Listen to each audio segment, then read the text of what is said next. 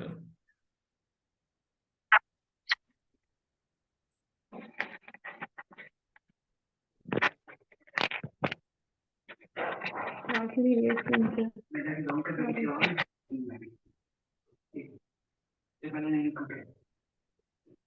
Shall we start? जी जी please. Okay. Assalamu alaikum. How are you? वालेकुम अस्सलाम, अल्हम्दुलिल्लाह ग्रेट। आप ठीक हैं? Alhamdulillah. Thank you for asking. First, let me introduce you myself. My name is Sahar Fatma Khan, and I'm doing BS in psychology from Muhammad Ali Jinnah University. So, everyone know that who Junaid Tariq is, but still, I wanna ask you that how would you define yourself? Okay, so let me introduce myself shortly to the students so they can understand about me and about my digital marketing career. So basically, initially मैंने अपना career जो है वो as a freelancer start किया था आज से कोई I think almost 17 years back. So I was only around 16 or 17 years old. As a teenager, I started my career as a hobby और एज अ साइड हसल मैंने उसको start किया। और 4-5 साल 6 साल मैंने फ्रीलांसिंग की और अल्हम्दुलिल्लाह उस टाइम के ऊपर पाकिस्तान के अंदर बहुत थोड़े लोग थे जो डिजिटल मार्केटिंग के अंदर थे। तो I was one of those people luckily कि जिनको चांस मिला बहुत इनिशियल लेवल पे पाकिस्तान में, जिन्होंने डिजिटल मार्केटिंग के अंदर या एसईओ के अंदर जो लोग एंटर हुए थे। तो क्योंकि इनिशियली डिजिटल मार्केटिंग इतनी ज़्यादा इस तरह नहीं थी जिस तरह आजकल है। पहले ज़्यादातर एसईओ, सर्च इंजन ऑप्टिमाइजेशन और इन चीज़ों से स्टार्ट हुआ था ये सारा का सारा, और फिर आहिस्ता आहिस्ता फिर पेड मार्केटिंग इनहेंस करती गई। तो अल्हम्दुलिल्लाह यानी कि जिस तरह पाकिस्तान में बेस बन रही थी और ग्लोबली डिजिटल मार्केटिंग की बेस बन रही थी, तो एट दैट टाइम लकीली जब मुझे चांस मिला तो मैंने साथ साथ उसके साथ अपनी बेस भी बनाई। और अल्हम्दुलिल्लाह जब पाकिस्तान में 3G और 4G की पेनिट्रेशन काफ़ी ज़्यादा हो गई तो बहुत बड़े बड़े ब्रांड्स भी डिजिटल मार्केटिंग में इन्वॉल्व होना शुरू हो गए। पहले सिर्फ ये था कि ओवरसीज कंपनीज जो थी वो फ्रीलांसर्स के साथ काम किया करती थी, लेकिन छोटी कंपनीज या जो लोकल ब्रांड्स हैं पाकिस्तान के बड़े, वो इसमें इतनी ज़्यादा इन्वॉल्वमेंट नहीं रखते थे। तो फर्स्ट ऑफ ऑल जब मुझे Rosie.pk के साथ काम करने का एक्सपीरियंस मिला, और फिर उसके बाद जो है टोटली चीज़ें चेंज होंगी पाकिस्तान के अंदर। यानी कि एकदम से ब्रांड्स का फोकस ट्रेडिशनल मार्केटिंग से हट के टोटली डिजिटल मार्केटिंग के ऊपर आ गया। तो उस तरह साथ साथ फिर आगे अपॉर्चुनिटीज मिलती गई और फिर मैंने कंसल्ट भी करना शुरू कर दिया। और अल्हम्दुलिल्लाह right now and before as well I was consulting sites which have initially daily traffic of around 100,000 to 1 million on daily basis, और ऐसी भी साइट्स को मैं कंसल्ट कर रहा हूँ जिनकी ग्रुप ट्रैफिक जो है वो 100 मिलियन से ज़्यादा चली जाती है इन अ मंथ। तो ये एक बहुत यानी कि बड़ा चांस है कि यानी कि बहुत थोड़े लोग होते हैं जिनको इस लेवल तक की ट्रैफिक पे वेबसाइट पे काम करने का मौका मिलता है। और on the other side, on the paid side, I have spent almost $2 million to $3 million of different brands in Orient Group of companies, in PTCL, in Rosie.pk. So these are all the big brands which are having huge budgets in digital marketing. Normally ये होता है कि जो छोटे brands होते हैं उनका इतना ज़्यादा बजट नहीं होता। अगर आप 15-20 कंपनीज के साथ भी काम करें तो आपने ज़्यादा से ज़्यादा 5-10 लाख ही स्पेंड किया होता है, क्योंकि नॉर्मल कंपनीज का इतना ज़्यादा बजट नहीं होता। लेकिन ये जो कंपनीज हैं बड़ी, वो हर मंथ जो है मिलियन प्लस में चली जाती हैं अपनी स्पेंडिंग के अंदर। तो उससे काफ़ी ज़्यादा एक्सपीरियंस मिलता है। और साथ ही साथ when I was in PTCL, अल्हम्दुलिल्लाह I got the award for best digital marketer in Pakistan.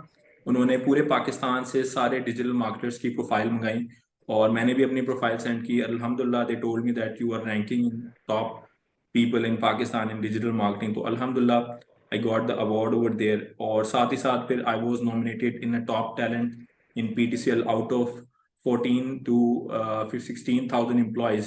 I was one of the lucky ones, and I was qualified for Harvard certification, and they sponsored me the Harvard certification as well. And Alhamdulillah, when I was in Orient, I got Google Green Belt certification and Google Blue Belt certification. So these are all the things. This is the whole life journey which I've learned in hard way. Like, और hard way ही ठीक रहता है, software में इतनी ज़्यादा learning नहीं होती जब तक आप इन्स एंड आउट्स अच्छी तरीके से ना जाने। और बहुत सारी ऐसी कंपनीज हैं जिनके ब्रांड्स को हमने स्केल किया है, यानी कि 10-20 सेल्स से लेके हम 500-1000 तक लेके गए हैं उनको एक एक दिन के अंदर सेल्स के अंदर अल्हम्दुलिल्लाह। और बहुत सारे ब्रांड्स को ग्रो करने के लिए हमने जो है वो यानी कि अल्हम्दुलिल्लाह हमारा एक मेजर हैंड है उसके अंदर प्ले जो हमने किया है। तो ये that's all about me. Congratulations for all the achievements. Thank you. अल्हम्दुलिल्लाह। Sir, what is a specific thing that drives your attention towards digital marketing? Digital marketing की बेसिकली ब्यूटी ये है कि ऑब्वियसली कोई भी अगर जो बंदा आजकल की डेट में अगर वो मार्केटिंग को स्टडी करेगा तो ऑब्वियसली वो जब ट्रेडिशनल मार्केटिंग को देखेगा और डिजिटल मार्केटिंग को देखेगा तो वो ऑलवेज अट्रैक्ट होगा डिजिटल मार्केटिंग के लिए। कि अगर आपने सपोज एक ब्यूटी का ब्रांड लॉन्च करना है, सपोज आपने एक आई लैशेस का ब्रांड लॉन्च करना है अपनी मार्केट में, या सपोज एक लिपस्टिक का ब्रांड लॉन्च करना है, या किसी भी ब्यूटी आइटम का करना है, तो आप अगर ट्रेडिशनल मार्केट में जाएंगी तो आपके पास बिलबोर्ड ऑप्शन है, आपके पास टीवी ऑप्शन है, आपके पास केबल की ऑप्शन है, और आपके पास लीफलेट्स की ऑप्शन है, जो कि बहुत ही वेग ऑप्शन है, जिसमें 90% जो आपका बजट है ऑलमोस्ट वेस्ट ही होता रहता है। क्योंकि एक छोटा बच्चा भी आपका ऐड देख रहा होगा, एक 60 साल के कोई बुजुर्ग जो है वो भी आपका ऐड देख रहे होंगे, और जो आपकी टारगेट ऑडियंस है बहुत छोटी सी, जो 25 to 45 के दरमियान करती है, बहुत लाइट चांस है कि आप उसको प्रॉपरली टारगेट कर सकें। तो ब्यूटी डिजिटल मार्केटिंग की ये है कि इसके अंदर आप अपनी मर्जी के लोगों को अपनी मर्जी की लोकेशन पे सेगमेंट कर सकते हैं, और प्लस आप फोरकास्ट भी कर सकते हैं कि अगर मैं ये ब्रांड लॉन्च करने जा रहा हूँ इस एरिया के अंदर, तो कितने लोग ऐसे होंगे जो मेरे इस ब्रांड के अंदर इंटरेस्टेड होंगे इस एरिया के अंदर। तो आप बड़ी अच्छी स्टेटिस्टिक्स जो है वो ले सकते हैं। तो ऑब्वियसली आप जो बड़े ब्रांड्स हैं डेफिनेटली उनके बजट्स बहुत ज्यादा होते हैं, तो वो ब्रांडिंग के लिए जो है दूसरी मार्केटिंग के सोर्सेज पे भी जाते हैं। लेकिन आजकल 80 to 90% आफ्टर कोरोना छोटा बिजनेस है, स्मॉल बिजनेस है, जो बहुत लोअर स्केल से स्टार्ट होते हैं, इंडिविजुअल लेवल से, घर से। तो उनके लिए तो डिजिटल मार्केटिंग के अलावा कोई भी बेस्ट सोर्स नहीं है। तो मैं ये समझता हूँ कि ये मेंटोरशिप के लिहाज से भी लोगों का गाइडेंस, अगर हमारी वजह से एज अ डिजिटल मार्केटर किसी की बिजनेस चल जाता है, और अगर किसी एक बंदा भी बिजनेस में हिट कर जाता है, उसकी सारी फैमिली सेट हो जाती है अल्हम्दुलिल्लाह। तो ये हमारे लिए बहुत बड़ी अचीवमेंट है। मैं इसको एज अ कंसल्टिंग या एज अ मेंटोरशिप लेता हूँ, नॉट एज अ बिजनेस, कि जिसके थ्रू हम लोग प्रॉपर्ली कंसल्ट करते हैं, सिर्फ अपनी सर्विस सेल नहीं करते या सिर्फ पैसे नहीं कमाते जिस तरह के इंटरनेट पे आजकल हो रहा है कि इतने पैसे कमाएं और इतने पैसे कमाएं। हमारी कंसंट्रेशन लर्निंग के ऊपर होती है, हमारी पैसे के ऊपर कंसंट्रेशन नहीं होती, क्योंकि पैसा उस लर्निंग का बाय प्रोडक्ट है। अगर आप उस पैसे पे कंसंट्रेट करेंगे तो कभी भी आप पैसे नहीं बना सकते। आपको लर्निंग पे कंसंट्रेट करना है, फिर ही आप पैसे बना सकेंगे। Sir, what are the strength of being a digital marketer? जो आपको लगता है कि आपके पास वो strength है जो local marketer के पास नहीं होगी? स्ट्रेंथ्स तो बहुत सारी हैं। आप बीइंग अ डिजिटल मार्केटर, सबसे पहले ये है कि इस वक्त सीईओ के बाद जो एक मेजर पोजीशन होती है वो डिजिटल मार्केटर की होती है। और कंपनी में, छोटी कंपनीज में, हर चीज जो जो भी सीईओ डिसीजन लेता है वो डिजिटल स्टेटिस्टिक्स को देखते हुए लेता है। तो एक डिजिटल मार्केटिंग मैनेजर की या एसईओ मैनेजर की बहुत पावरफुल पोजीशन होती है किसी भी ऑर्गेनाइजेशन में, अगर वो प्रॉपरली क्वालिफाइड है तो। लेकिन आजकल इशू ये आ रहा है कि लोग अपनी लर्निंग को ना बहुत जल्दी जल्दी स्किप करके मार्केटर्स और डिजिटल मार्केटिंग मैनेजर तक बन जाते हैं सिर्फ 2 सालों में, जो कि पॉसिबल ही नहीं है फिजिकली कि आप 2 साल के अंदर डिजिटल मार्केटिंग मैनेजर बन जाएं। आप डिजिटल मार्केटिंग एग्जेक्टिव बन सकते हैं 2 साल में, लेकिन आप manager minimum 5 years to 6 years का आपको एक्सपीरियंस चाहिए। क्योंकि ऑर्गेनाइजेशंस भी जल्दी जल्दी में होती हैं, वो जल्दी जल्दी से डेजिग्नेशन दे देती हैं। तो इस वजह से जो है ना इंडस्ट्री थोड़ा सा जो है ना उसका लेवल खराब हो रहा है, और जो बिजनेसमैन है वो डिस्टर्ब होता है इसकी वजह से।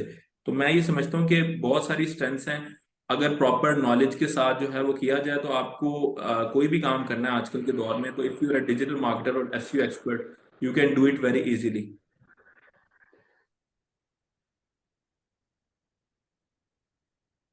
Okay. Is there any weakness? If there is, what is that?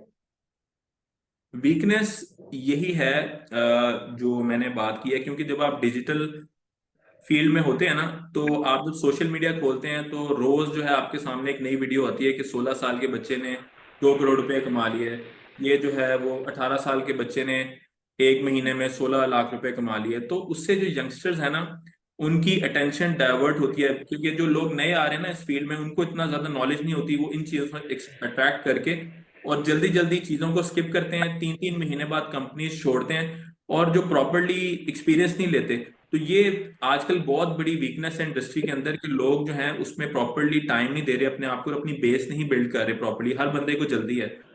तो ये चीज जो है ना बेस बनानी चाहिए हमें, क्योंकि ये हमारी जो है ना एज अ डिजिटल मार्केटर हमेशा हमें तंग करती रहती है। अगर हम सपोज एक बच्चा है, वो 1 साल में 1 लाख रुपए पे पहुंच गया अपनी जॉब के ऊपर और बहुत बड़ी पोजीशन उसको मिल गई है, लेकिन बात यह है कि वहां तक पहुंचना बात नहीं है, उसको रिटेन करना भी है।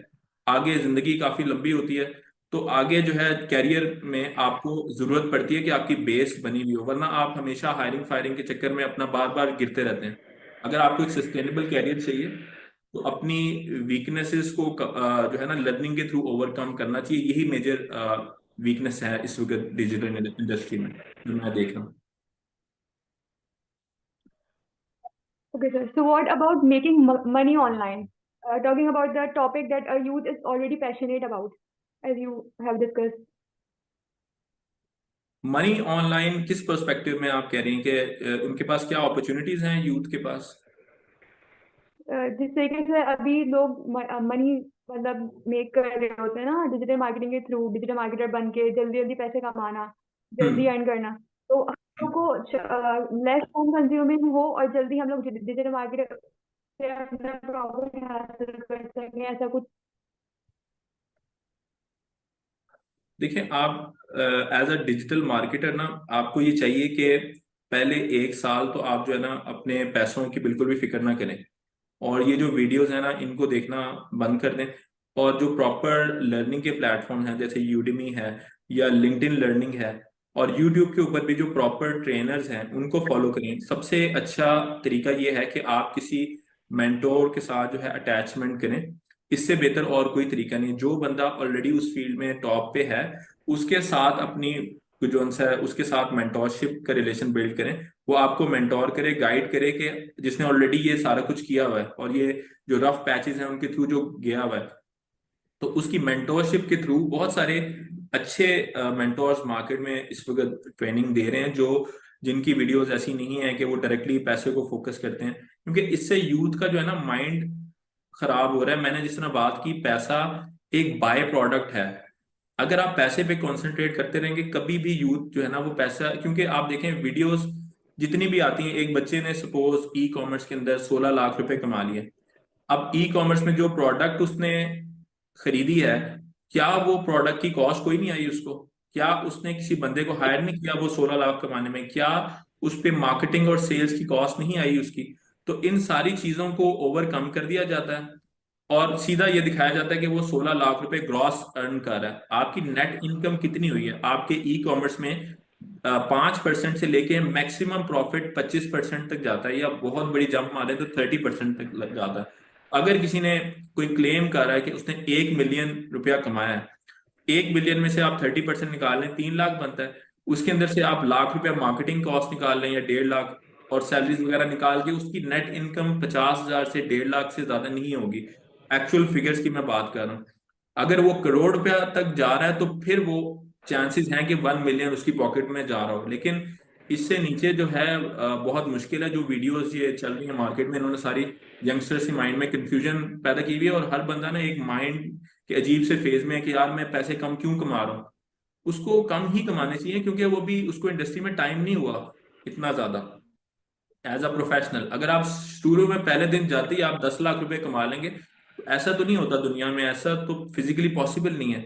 ना ही क्लाइंट ऐसे बंदे पे ट्रस्ट करता है जो अभी जुम्मा जुम्मा 4 दिन उसको हुए हों अपनी मार्केट में आए हुए। तो क्लाइंट तो उस पर ट्रस्ट करता है जिसका 10-15-20 साल का जो है वो एक लेगेसी होती है, तो उसी को पैसे दिए जाते हैं मार्केट में। तो ये चीज है बस, सिंपल। लेकिन ये बात तो हो गई ना उन लोगों की जो जिनका प्रोफेशनल करियर ही डिजिटल मार्केटर है, जैसे कि हम लोग बीइंग अ साइकोलॉजिस्ट या साइकोलॉजिस्ट टू बी, हम लोग डिजिटल मार्केटिंग इसलिए पढ़ रहे हैं कि हम लोग अपनी सर्विसेज सेल आउट कर सकें। तो हाँ उन जी। लोगों के लिए, उन लोगों को मतलब इसी लेवल पे पढ़ना चाहिए जैसे आप बता रहे हैं कि। मैं आपको बताता हूँ। बेसिकली दुनिया में ना, आप सपोज आप बहुत बड़े अकाउंटेंट हैं, बहुत अच्छे साइकोलॉजिस्ट हैं या साइकेट्रिस्ट हैं, तो क्लाइंट को तो नहीं पता कि आप बहुत अच्छे साइकेट्रिस्ट हैं, और क्लाइंट को तो नहीं पता कि आप बहुत बड़े जो है अकाउंटेंट हैं। तो हो ये रहा है कि जो लोग डिजिटल मार्केटिंग या ई कॉमर्स सिखा रहे हैं ना, वो हर किसी को ना ई कॉमर्स एक्सपर्ट बनाना चाहते हैं, और हर किसी को डिजिटल मार्केटर ही बनाना चाहते हैं। बेसिकली डिजिटल मार्केटिंग की जो सॉफ्ट स्किल्स हैं, कि आप अगर एक साइकोलॉजिस्ट हैं, या आप एक डॉक्टर हैं, या आप एक जो है किसी भी प्रोफेशनल जो है वो फील्ड से ताल्लुक रखते हैं, आप अपनी सर्विसेज मार्केट प्लेस पे कैसे सेल कर सकते हैं, आपको उसके लिए क्या नॉलेज चाहिए, कि आप अपनी सर्विस को स्केल कर करते कि यहाँ तक ले आए कि आप एक टीम अफोर्ड कर सकें, या एक एजेंसी को हायर करना या एक कंसल्टेंट को हायर करना अफोर्ड कर सकें।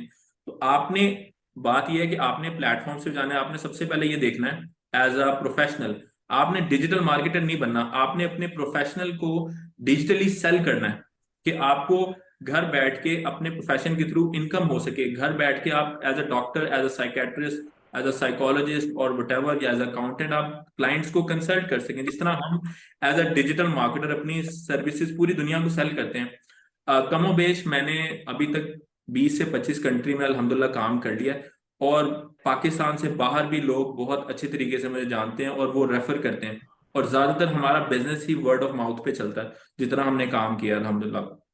तो इसी तरह आप अगर सपोज एक जगह पे एज अ साइकेट्रिस्ट या डॉक्टर या कंसल्टेंट एक छोटी सी शॉप ओपन करती हैं, तो आपकी तो टारगेट ऑडियंस वही है जो उसके 5 किलोमीटर की रेंज में आता है। अब उसमें से कितने आपके पेशेंट्स होंगे या कितने आपके होंगे, लेकिन अगर आप फाइवर पे जाके एज अ अकाउंटेंट या साइकोलॉजिस्ट या साइकेट्रिस्ट अपना अकाउंट बनाते हैं, अपवर्क पे बनाते हैं, और डिफरेंट इसके स्पेसिफिक अपने वो भी होंगे मार्केट प्लेसेस डॉक्टर्स के लिए, वहां पे जाके, जैसे पाकिस्तान में मरहम है और इस किस्म के बहुत सारे हैं, यानी कि आप देख लें, गूगल पे सर्च करेंगे तो मिल जाएंगे।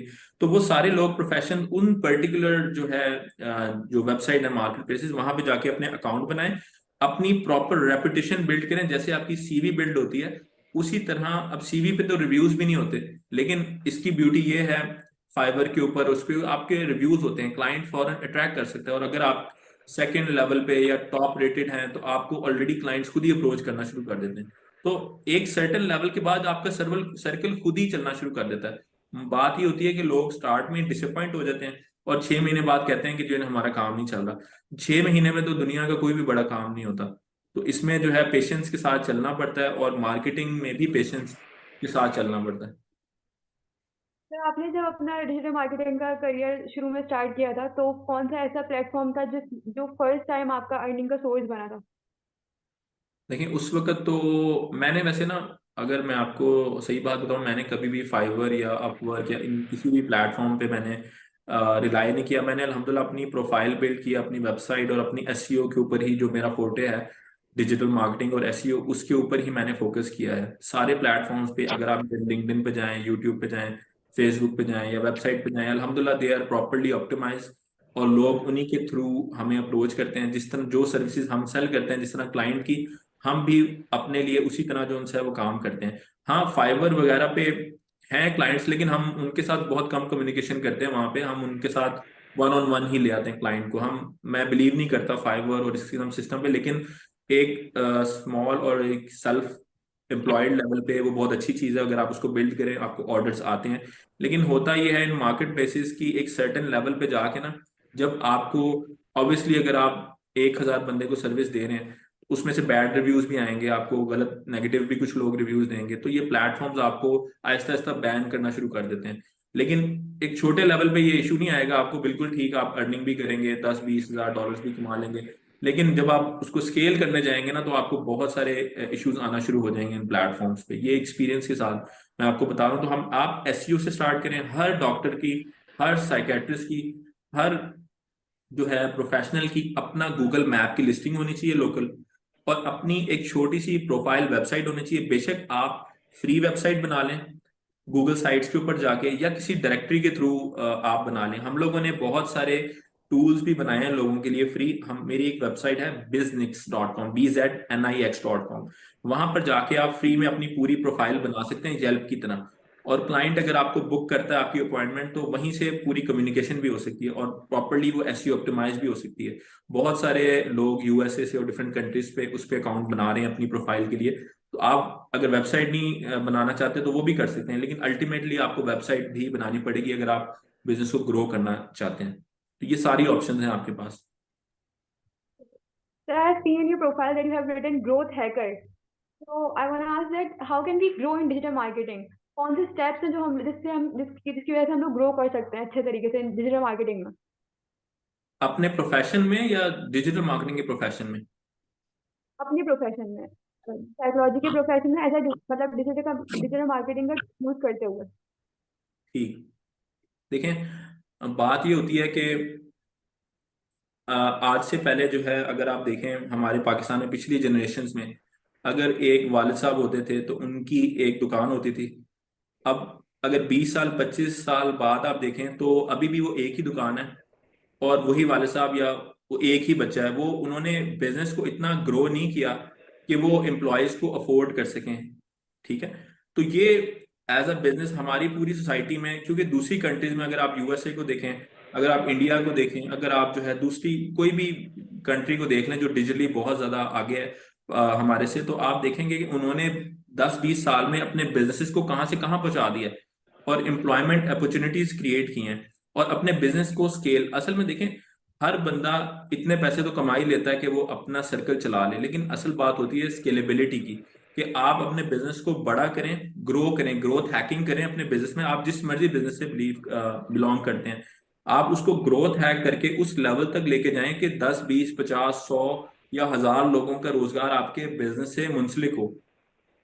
तो आपको ये सारा कुछ बेसिकली ग्रोथ हैकिंग के थ्रू होता है कि आपने सपोज अब फाइवर पे 20 ऑर्डर ले लिए, अब आपने 50 पे कैसे जाना है। अब जो स्ट्रेटजीज आप लगा रहे होंगे 50 पे जाने के लिए, वो सारी ग्रोथ हैकिंग के अंडर आती हैं, और डिजिटल मार्केटिंग को स्केलिंग के अंदर ये सारी की सारी चीजें आती हैं। यही सारी स्ट्रेटजीज आपकी यूज होंगी। जैसे सपोज अभी आपके 10-20 ऑर्डर से ज्यादा आ ही नहीं रहे फाइवर पे, अब आप क्या करेंगे कि अब आप कहेंगे कि अब मुझे ये जो मेरा मार्केटिंग चैनल है ना, इसकी ये मैक्सिमम आउटपुट है, अब मुझे एक और मार्केटिंग चैनल इसमें ऐड करना है।